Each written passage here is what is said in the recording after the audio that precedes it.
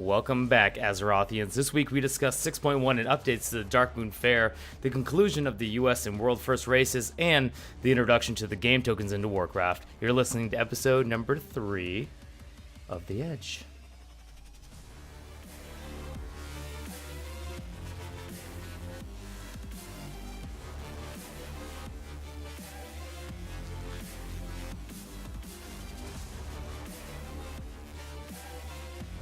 Hey, welcome into The Edge.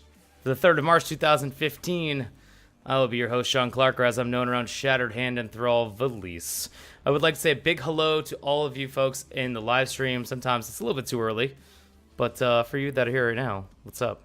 If you listen to this on Stitcher or iTunes, you want to join us for the live show, head over to twitch.tv/The Edge Podcast every Tuesday night, 8 p.m. Eastern. We'd love to see you all join in live. But as always, let's bring in the team. You may know this guy from his work he's done in the Warlords of Draenor Strategy Guide, former WoW Insider writer, and currently a member of Blizzard Watch, Mr. Matt Lowe. What's up, Matt? What is up? Well, it's a very big, important week. Coming back from the throes of having only 14, 15, 16 people to raid with, I have since doubled my roster yesterday in an awesome guild merger negotiation that took about a week, 2 weeks. 2 weeks of talks. What are you getting out of this? Oh, a lot of players. Good. And I really hope they stay. So, yeah. Awesome. Well, I did have a merger right before Warlords. And attrition and all that stuff kind of ate away at that group. And plus, some of my own older regular guys couldn't really, they weren't as interested in Warlords, unfortunately. Which is odd, but c'est est la vie. Well, I don't even know what to say about that. But I can say TGN contributor, YouTuber, Twitter fiend, and live streamer. Miss Katie, how are you doing tonight? Hi. I'm still taking a break from WoW, so I understand Matt's raider problem. I did happen to manage to actually log in and unlock the Pet Menagerie today. I didn't realize how easy they actually made it. Ooh. I know, exciting, Jazz right? hands. And I feel a little bad about this, but I have a selfie camera on both of my level 100s, and I know some people still don't have theirs, and still haven't taken a selfie. I just got mine yesterday, so I know. Main doesn't have one yet. Makes me very upset. All my alts have one, but no, the guy that matters the most, my main, Matt, doesn't have a selfie camera at all. I'm so sorry to hear that. I mean, it took me a while too. But you have my deepest condolences. The brains behind Get a Raid, Curse Gaming contributor and former Tank Spot member, Will, buddy, what's up? Doing good. And speaking of mains, I have now actually switched mains. No longer on the Huntard. Oh. So I do have my Paladin, Pally Dinner. So your pal Pally, I'm back. It's coming back. I'm tanking. Sick. Yeah. A little rusty, have you tanked any raids lately? Well, so That's what I thought. I spent the weekend, or last week, all gearing up and got myself pretty high, like 670 or so, which is pretty darn good for where I was. And then Sunday night, we made the switch. So we were doing heroic Blackhand progression with me tanking for like the first time this expansion. God. It went fine. It was Good. Well, as for me, I've been going around and doing all the music stuff, the jukebox, whatever, and what's majiggers, That's my thing. So I collected 23 of them so far, and I've had pretty good luck in all the raids. The only one that didn't drop for me was, I think the one off of Arthas was the only one that hasn't dropped for me yet. So pretty good time. It's a lot of fun to kind of go back and see all that old stuff. So I've been having a blast doing that stuff. And of course, raiding. Again, I'm supposed to be in raid right now. It starts at 8. So. But you love us. But they know. So it's all good. Speaking of 6-1 and music rolls and all these silly things, since the last time we've had a live show, it's been released, obviously. Since we were appropriately named our last show, The Calm Before the Storm. The storm is now hit, and what do you guys think? Pretty impactful, yes, no? You see big changes, don't care, indifferent? What do you think?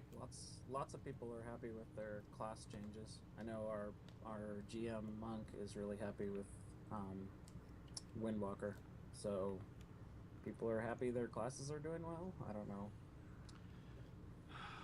Power Word Shield nerf yet again. You needed it. You did, though. Whatever. Yeah. No, because all the raid healers are nothing but pallies and priests already. Look, man, my job is to stop incoming damage coming in, okay? It's not my fault that you can't get everyone else's health back up to what they need to be, okay? Okay. Is that how it is? Our shaman, do you have any shaman in your raid? Because ours are feeling less useless. Yes, I've got one. And he's a lot better now, too. Yeah. That was needed, that was for sure. Because, yeah. Oh, so that new garrison follower trait, the treasure hunter thing? Yes. Oh, man. So good. Yeah, is it? I've been recruiting nothing but treasure hunters on all my alts, and I've effectively doubled the amount of gold that comes from the those gold quests. So my Blingtron went from 500 to 1,000, and now this week is going to give me 1,500 gold. Nice. That is legit. Yeah, gold, I right? picked That'll up talk I to picked me up about- one of each, but I'm still getting them leveled up Yeah. because I their got- traits suck. Yeah. We've got that new garrison item with which you can re-roll the ability or the traits. Yeah, So they do I need to for pick some garrison of those up. resources. Yeah. Yep. And we actually did the Aknor Steel Bender, whatever. That guy from Flame Benders. Yeah, Steelbringers. We did that, and mine rolled Epic Mount and Treasure Hunter. Yes. It's perfect. Nice. You know the follower retraining certificates? I've been holding on to them for a while, and I finally used my first one on my Ada Bright Dawn because she had horrible abilities and horrible traits, and she re-rolled to double timed battle.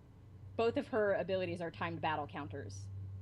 Oh And my God. I have no words for her. I think I'm just gonna put her away. How does that even happen? I didn't know. It's because of, I don't know, Demo Warlock ability stuff things. Poor Demo Locks. She's gonna retire, which makes me sad because she's 675 item level, but now she's Well. still useless. Well, she's still redundant. That was the problem. I mean, there's the occasional quest where there's two of them.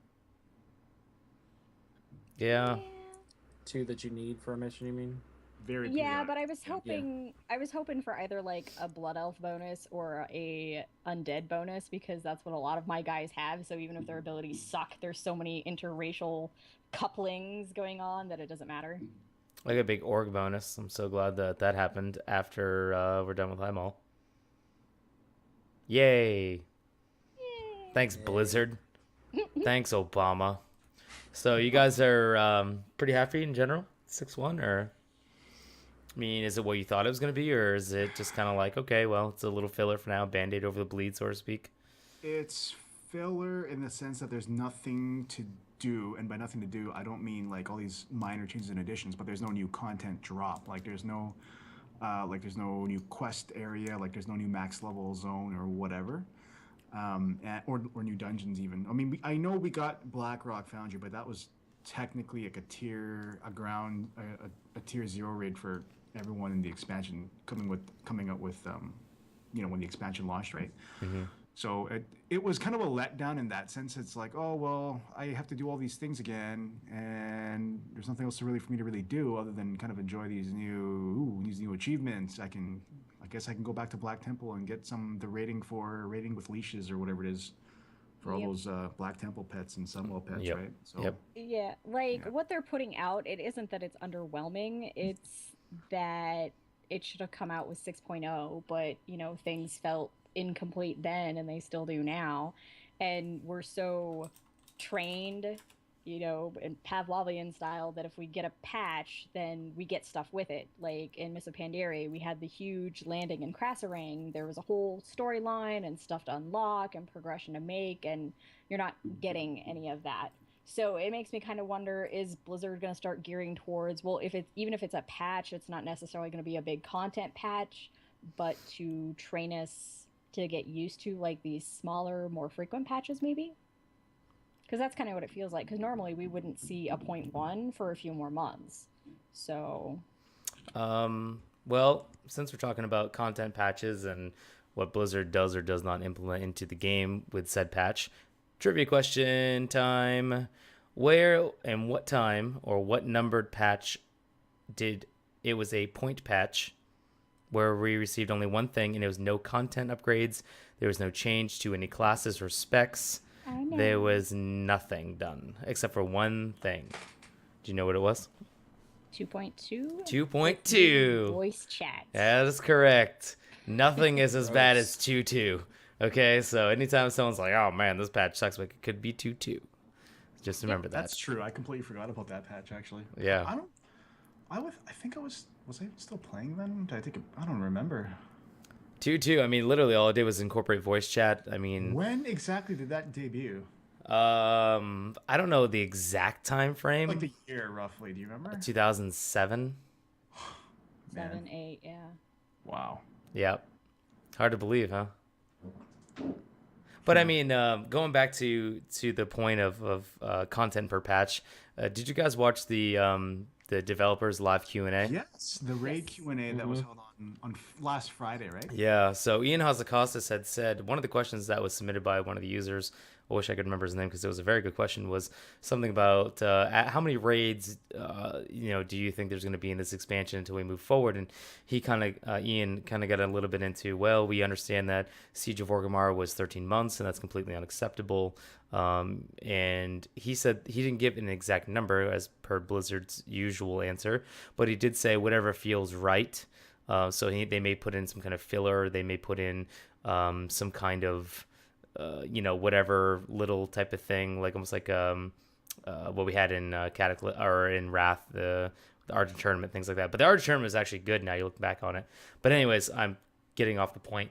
The point is that he said that he would like at most with a raid instance where bosses are up to Siege of Orgrimmar size, which is about 13, that 6 to 7 months is what he would like to see for bosses at around 13 bosses in raid. So if there's, let's say, half of that, you'd say what, half the time, right? So maybe 3 months. So for that raid content, I'm not saying they're not gonna add anything else after that. I'm just saying for that particular raid content, if there's say there's 7 bosses, they'd maybe go 3 months, 3.5 months, which was interesting. And I'm glad to see that was something. Sounds about right for what they did for High Mall, but I think a lot of people still felt that they could have squeezed it out a couple more weeks and either put more distance between High Mall and Blackrock Foundry to make them feel a little more separate, as opposed to kind of a weird piggyback half-ish thing. Like, that's part of the problem with High Mall, is that it feels like a half tier, but no tier. Yeah, Right. no, It's like more of an intro raid. I agree. Right. But would you guys? And I think it did a great job of that. But the leap from High Mall to Blackrock is kind of steep. At least it was for huge. us. Right. Yeah. Right. What were you saying, Will? What about the? I mean, we had a 7 boss tier in Firelands. Yep. And that seemed to be about 6 months that it was out at least, and it seemed like most people got 6 out of 7 heroic and then didn't get Ragnaros. Yep. Ran out of time. So- That's exactly what happened to my guild. At a time.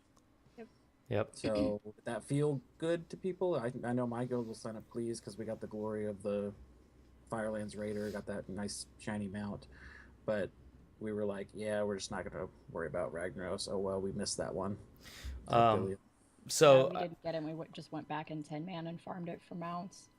So- I think Throne of Thunder felt good because, like, Yes. my guild, we literally killed Rod End the Monday before reset, before Siege of Orgrimmar dropped. So, like, it couldn't have felt like a nice glove.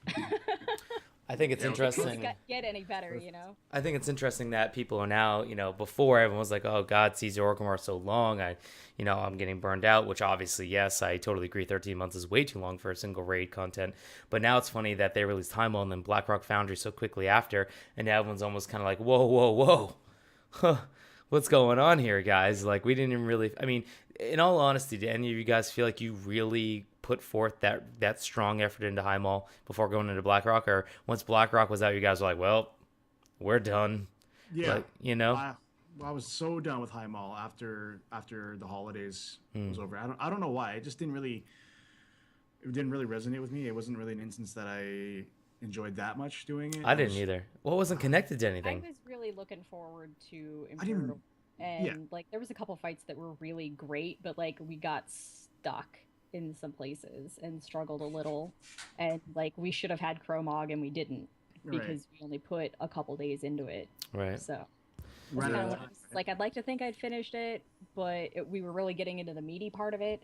And, then we walked into Blackrock and struggled hard, and hostilities got high. And, that's one of the reasons that I kind of backed out is it just wasn't feeling good to play anymore, which sucks Right. because, like, it's a good group of people. I enjoyed hanging out and playing the game with them, but the raid environment was getting icky. Well, here's another good point. Then, speaking off of the coattails of that comment, is that another point that Ian had kind of mentioned during this live Q&A was that he wants each class to kind of shine in certain fights. He wants to rotate that glorification of either damage dealing or healing done or whatever.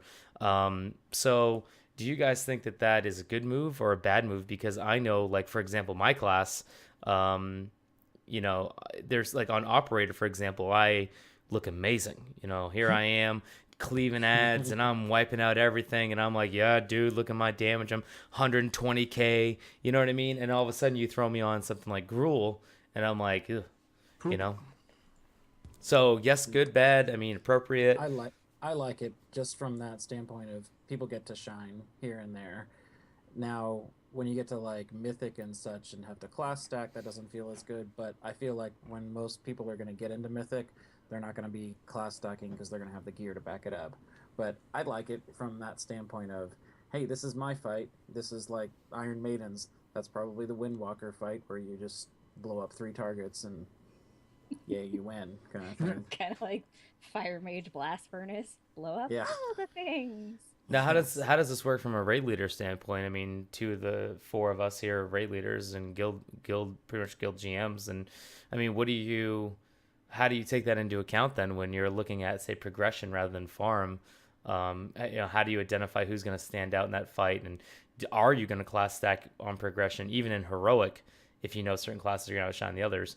Even if you have a player that's a very optimal player, their class isn't optimal in that fight. How does that work out with you guys? I mean, do you bring in all right, let me give you a more specific question.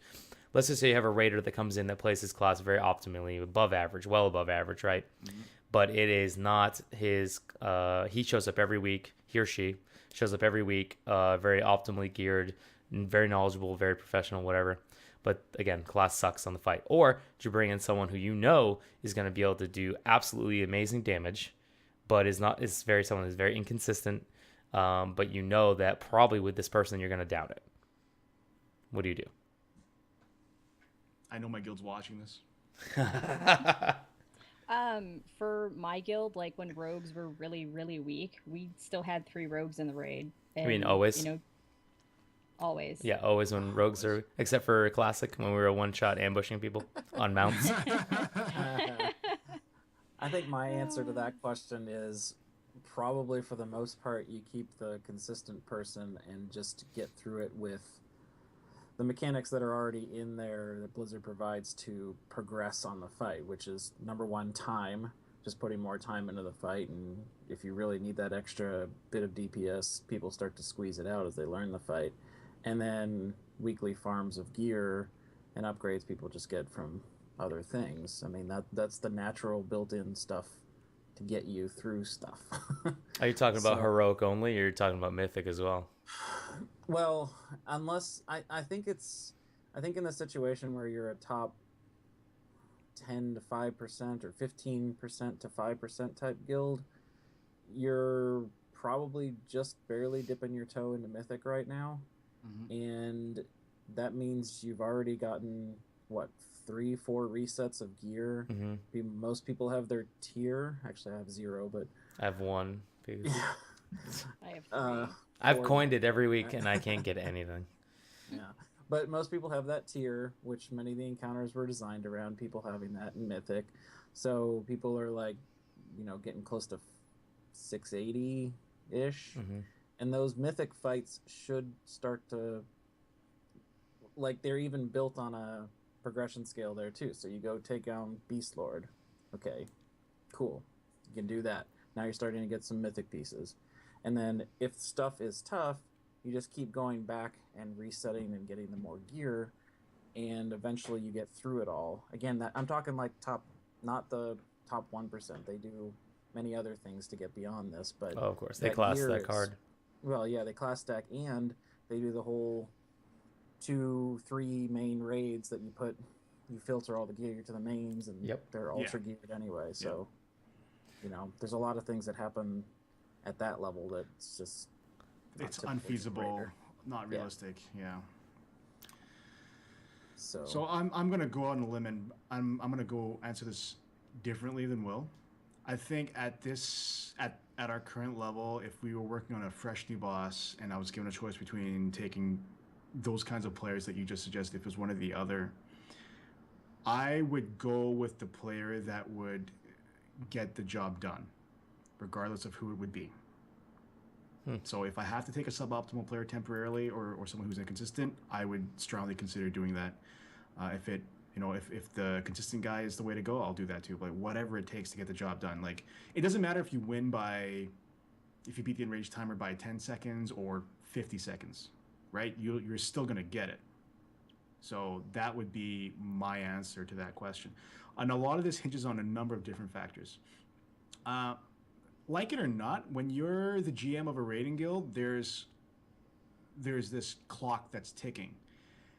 And every week that passes by, that clock is going to keep ticking downwards until it gets to a point where people stop showing up, or they decide not to come anymore, or they just bail or quit on the guild, or whatever it may be. The only way to refresh the clock is with progression, or just making solid progress. Even if you do like from phase 1 to phase 2 or phase 3 on Blackhand or whatever, that's still progress, and you're adding more time to the clock. And it shows everyone that, yes, this group is progressing, it's moving forward, we're all going in the right direction, and eventually we'll get it if we all stay together and keep hammering away at it. But if there's no progression going on, if you're stuck at the same point week after week after week, bad things will eventually happen, and eventually the GM or the raid leader has to take some kind of action to correct this.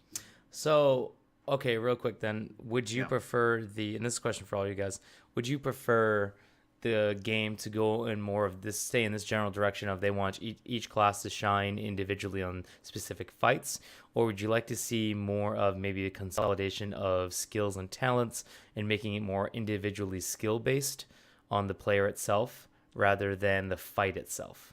The variety in class and the ability for different classes to shine is preferred, because maybe I'm looking for a hunter or something, but I can't say, but I can say yes to a mage because I know that they'll be awesome on a certain fight later on down the line. So I'm hedging my bets, right? Even though a hunter is what I'm looking for right now, and I can't believe I actually just said that, by the way. So whatever. But you understand what I'm saying, though, is that if everyone's useful, there's no like shortage of any particular class or whatever. You can get away with having certain classes over other ones because you know that at least they'll have their time to shine on select encounters, as opposed to having it all consolidated into, say, feral druids or just balance druids, which are universally good at everything. Well, there's a shortage of balance druids and feral druids now, and but there's always this huge abundance of hunters because no one wants hunters. Well, what are you going to do? What? Everyone wants hunters. I'm just saying hypothetically here, okay? This is alternate universe that I'm talking about, where hunters are like the bottom of the barrel. So what says the man who's main switching from a hunter right now. Yeah, right. So what do you do? It's the same concept of like there's always an overabundance of DPS, but lots of people struggle to keep find tanks and healers, and the concept of like queues and stuff like that. So you gotta hang on to what's gonna work in the long run, not what's always going to be the immediate fix. Well, I'm saying would you guys prefer, like I said, it to be individual skill based, say like more like a first person shooter where everyone's so different and it does rely heavily on individual skill, or the class is favored in this fight because of the fight mechanics. See what I'm saying? I think letting different classes shine is important because it makes people feel good. Ultimately, you have to feed egos, even if it's in a, nice pat on the head, good job sport sort of way, because people look forward to like, yeah, we're gonna be on this fight, and I'm gonna get to shine, and I'm gonna be, just dump it all over the meters, and it makes them feel good when they get to do that, which fuels them through fights that they get stuck doing tedious tasks, kind of like hunters get to do a lot of the Belts. things that people don't like, Belts. everybody else doesn't like to do, like belts, or like, hey, you're gonna kite this thing this entire fight, which means the disc priest is gonna be doing more damage than you are. Right. That is soul sucking. But if the next fight after that and they slog through it, they get to be number one by like, a large margin. It makes people feel good. So you gotta. I think the circle of joy going. I agree. I think it just depends on certain aspects, and before we move on to the Darkmoon Fair stuff, just one of the examples I heard again Ian talking about was hey, you have these progressive guilds that if you get world first kills you get these titles, but then they would sit certain players or classes because they weren't good in that particular fight, and then those classes, those people that were consistent show up every week wouldn't get that title because they weren't there for the kill. See what I'm saying? Because their class wasn't mechanically sound for that fight. And obviously they've addressed issues like that, and they're moving forward. They're trying to make it more guild wide rather than individual player wide. But it's just one of those things to just consider. So moving forward, Darkmoon Fair updates. Now I'll be honest, I haven't touched the Darkmoon Fair because I would go in there, and I mean my latency has been really high. I know a lot of people have been complaining about that. Mine has been high as well. I haven't even touched it. Katie, I know you've done some stuff here a little bit. So what have you experienced here with the Darkmoon Fair, with the updates and positive, negative, other than the latency it's here? It was enjoyable. Like, I haven't really done anything in the Darkmoon Fair for a while, but the race is fun. It took me a little while to figure it out. Definitely needed some guides to get the final achievement, because there's different. The race goes in these things called tolls, which as the time goes on, you get a tick for however long it takes to get the race, and the faster you do it, you get your little achievements, and then the highest one actually gives you a toy. And this particular month, which the next, I think, 4 months, it's actually going to change. We'll get new races. We'll get plus the old ones every month. And you get to breathe green fire, and it's kind of cool, but it's a really, really tight time. Like, a lot of people are really suggesting, hey, go get on your paladin, go get on your DK, and go do this because you can water walk, because you get the movement bonus, and it makes life a lot easier. But people with high latency are struggling. Over to my Australian server where I've got 200 latency, and it hurts, because there's stuff that like you see yourself running right over that speed boost and it never triggers for you, and that's frustrating. And so a lot of people are concerned with how tightly it is tuned, but that's one of those things where it's like, the harder it is, the more rewarding the reward is at the end. But if it's to a point where you give up, then that sucks. And there is the new race, and they actually retuned the Tonk one, and they also fixed the little turtle of death and destruction. I hate that turtle now. But it's set up in a way that's really, really punishing for latency until you get used to literally preemptively timing how stuff is going to move. It's almost like a boss fight kind of situation where you got to really know when to throw it out there.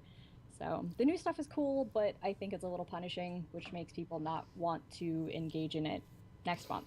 And that defeats the purpose of having all these cool shiny things. Yep. I mean, I can attest to that. I said my latency was kind of crappy. I tried it, and I left. I was like, nope, I'm not messing with this. And you guys mess around with the Darkmoon Fair since it's been released? No? I haven't yet. I want to, because it's one of my favorite areas and such to do, but I've been too busy with the paladin and gearing and whatnot. Yeah. But I want 1 million achievement points, so I gotta go do it, because there's a million things. 1 million. 1 million. It's over 1 million. go buy piles and piles of coins because I got the race that took me like 14 tries, and then I blew another 30 tokens trying to do the tonk thing because Jeez. depending on which direction your little tonk starts, you like get stuck in the corner, and then you gotta run around and find different clusters of targets, and it's tight and it's frustrating. And I spent a few hours on it and gave up, but overall it's pretty cool. Very enjoyable. Well, so another big piece of news. Obviously, the world and U.S. Races are over. Method took world first, and Midwinter gets U.S. first. Did anyone say Method when we were talking about this? I know I said Paragon. Did any of you guys say Method? I think we were all pretty solid on Paragon taking it, and we were wrong. I think. So, yeah. I said Method. I totally predicted. Of Method. course you you did. did. You Of lied like a course. bug. Of We course. have a tape. This thing is recorded. Yes. We have proof. I can go back and listen. I'm not going to, but I could, because that would require me Oh, to in do that extra case, I'm work. right then. Yep. Yeah, I was actually like, no snubbing Method, but it was just really surprising, like that they beat Paragon in the large, kind of embarrassing margin in which they did so. Like they really stepped up their game this time, and What's the that's pretty difference? cool. 3 days, 2 days? Like 300 wipes in almost a week. It was a long Well, I was time. wondering about time duration, not actual. It was a weight. few days, I think. Yeah. I Yeah. don't know what It the was a few exact days. calendar was, but I think it just was- the factor of like how long that fight is, plus another 300 wipes, just time wise, that's huge. It's a huge investment. Right. Well, and I mean, we know the fight is hard at this point because there's still only 3 guilds that have 3 done guilds. it. Yeah, So- Midwinter got it at like 1 o'clock last night, so it was 2 Yep. up until 12 hours ago. Or And I'm pretty sure none of 16 those hours guys ago. slept. No, I mean, I'm sure they were at it trying to get. I mean, because I mean, how many? There were, what? At least, what? I don't even know. Probably 35 or 40 guilds, right? That all I had to do was down Blackhand, and they would have got third. US. Yeah. Yeah, I mean, third overall or U.S. first, depending on Yep. what region they were in or whatever. But yeah, I mean, there's definitely a bunch that are up there that are rated. I mean, it's so close now, but good for Midwinter to get Step U.S. it up. first and world third. I mean, that's a major accomplishment. I mean, they're not. I mean, everyone knows. Anyone who follows high-end rating knows who Midwinter is, but Midwinter is also not the type of guild to always be up there world, second, like that kind of thing. Like they're up there, but they're not Paragon and They've Method been, like, status. the one alliance guild in the top like 10 or 12 of horde guilds. Yep. So Yep. So good for them. That's and it's always good to see the U.S. up there somewhere. We usually are struggling behind quite far. We're So number 2. We're number 2. we Have suck. watched the video yet, or No, I just looked. no, they haven't. Method stated at their usual precedent is that they'll release a kill video once 5 guilds have killed Black Hand. So since we're only still sitting at 3, it Step could it be up, a couple guys. more weeks. Get Yeah. up. I know the interview on Sunday that Method did with Final Boss. They were talking about they had killed it for the second time right before they did the interview. So they were world first and world third, and then Midwinter would be world quote fourth. Oh, But, God, yeah, that's just kind of that's- how it is. But it was crazy for them to explain just how ridiculously easier that fight got just with another reset of gear and going back in it again. All those stats and all the practice, it pays off. So you got to figure this week, then we'll probably see a lot of people down Blackhand, you would imagine, with the reset. So yeah. I think so. Probably. So we'll probably see that. We'll probably see that video sooner than later. One of the other things we want to mention too is Blizzard has come out and mentioned that finally you're going to be able to buy game time with real money, put it on the auction house, and someone in exchange will give you gold for game time. Interesting. That Hooray. person would be me. Selling. You're selling? I'm selling. Selling the tokens? or Sounds so illegal. selling off your gold. Psst, I got some tokens for you. Yeah, man. Meet me in The Shady Karazhan. Alley in Stormwind. Do you happen to be on Valen? No. It's going to be an interesting Region also concept. doesn't matter. Yeah, and it's not like it's going to be some kind of like you can undercut everyone in the auction house. Seems to be like a first come first serve. It kind of goes in a queue. and you're placed into, whenever it sells, and it sells for an average price. So I think it's good for people like me, that I am the kind of person where, I think we've talked about this before with like the 90 boosts. Like, I am not going to level it anymore. I will pay to have the 90 boosts done. Just like now, I don't have to do anything to really earn gold anymore. I can just buy some of these things and I'm done. So, but the interesting point here, and this is something I wanted to talk to you guys about, and something that I've seen in a lot of WoW forums, so I'm interested to hear your opinion, is how much do you think they should sell for it in terms of gold? Now, I've seen two schools of thought, one being very, very high amount of gold because they don't want it to be like an everyone's doing it kind of thing. And then I've seen the other argument where they want it to be a low amount of gold, like say between 14 and 20K, because they want to completely get rid of the gold farmers. And if they say, people who say if it's that low, gold farmers will be completely gone. So that's really low, though. That's really low. Like 20K is really low.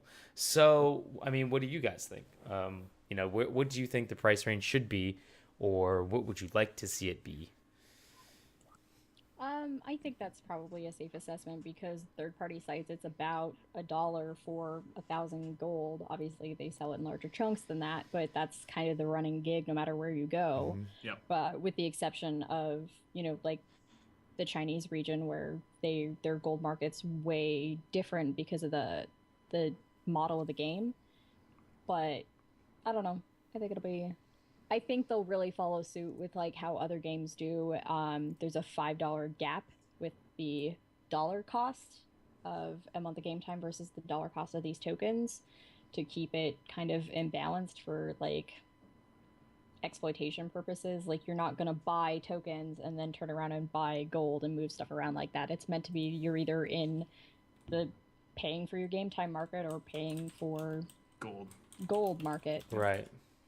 Yeah. Well, I guess the other question is, what would you pay right now for 30 days? Like, I would pay between 30 and 50K, maybe. 30K would be lovely, and I would do that. So you're saying about 1,000 gold a day to play? Right. Sounds about right, yeah. I'd be okay with 20K because, like, straight up, I know for a fact that I'm going to buy one because I have one lone little alliance tune on. That's the only thing I have on that server. But because I was looking today, I have 500,000 gold on Horde side. But the cost it would for me to move a bank, move a tune, move it faction, server, everything would be like $70, if not more. I don't remember what the math is exactly. Right. As opposed to paying $20 for it for 20,000 gold. And then totally selling there worth it repeatedly, for me. right? So like $50 or $60 for what, 60,000, almost 70,000 gold, maybe. Well, with all that gold, you'd have 25 months of free game time. So is it worth it? You know, for her, for all the time you've spent gathering that gold, is it worth 25 months of free game time? Yeah, see? I think I probably earned it in the same amount of time because I didn't really start cranking in the gold until Mists of Pandaria. Right. So, I mean, that would actually be a legitimate fair exchange for what I've earned versus what I have. Right. Not counting what I've spent, but like year over year gains, it's a fairly equal exchange, and I'm okay with that. Yep. So how much you factor in? I was gonna say you factor in the amount of time. Sorry, the amount of money you would save from the subscription itself that could go towards other things, other services, even. Oh, I can't. That's something I want to come back to, by the way. Being able to pay for character services or faction services with this token. Anyways. That's actually a good point. Someday. Well, it would be that same amount of time. The 25 months is $375. So now on the other coin here, like, what do you guys think that? See what I did there? How much do you think they're going to sell the tokens for for real money? Well, they said it's at least going to be as much as a subscription. As a subscription. Right. I mean, they're not going to be like $5, right? Yeah. Right. But do you think there'll be more because of?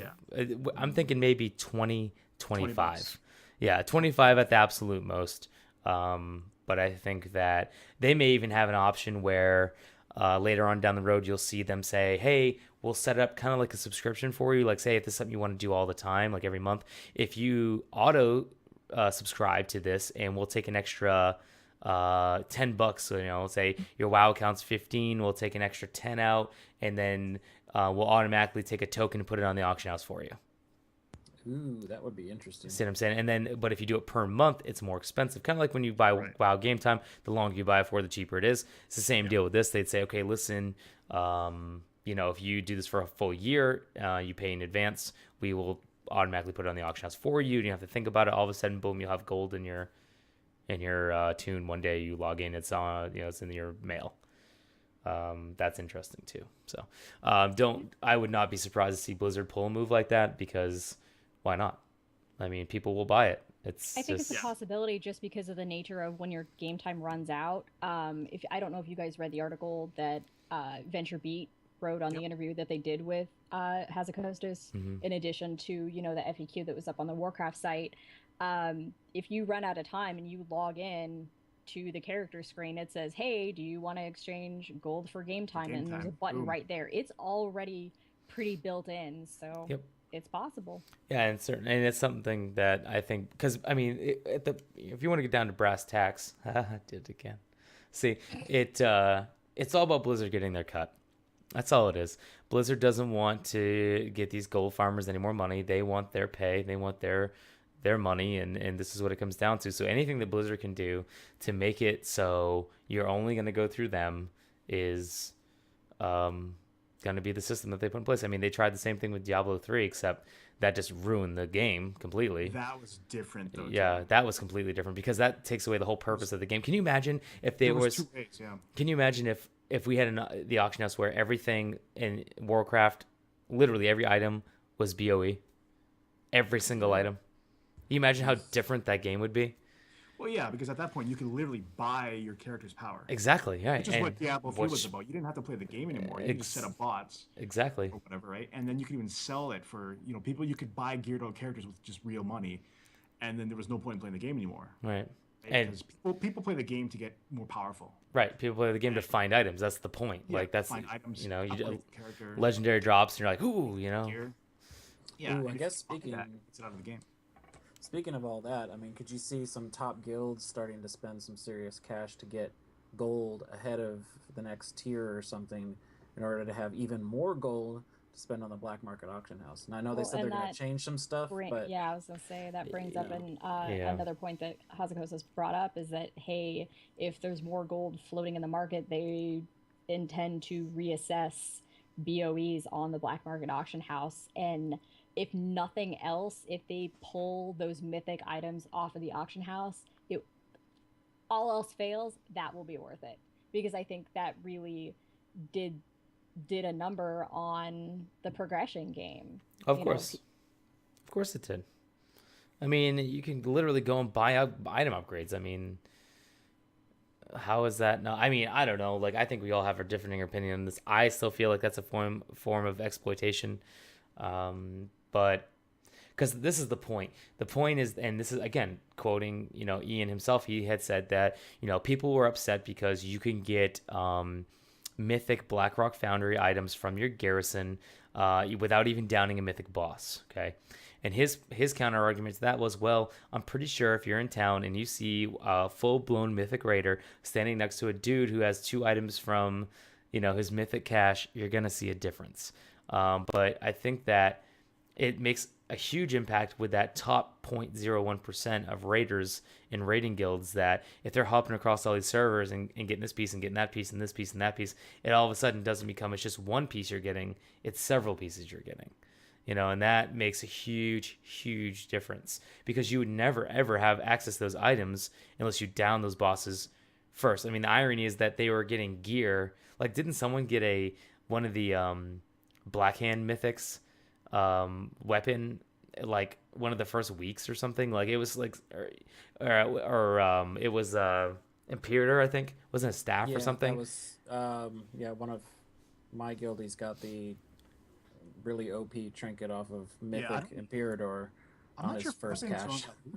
Yeah, actually, that's I have a mythic trinket off of somebody. But that's the point. I mean, Trinkets, yes, it's not so much. right, because they took weapons out. Yeah.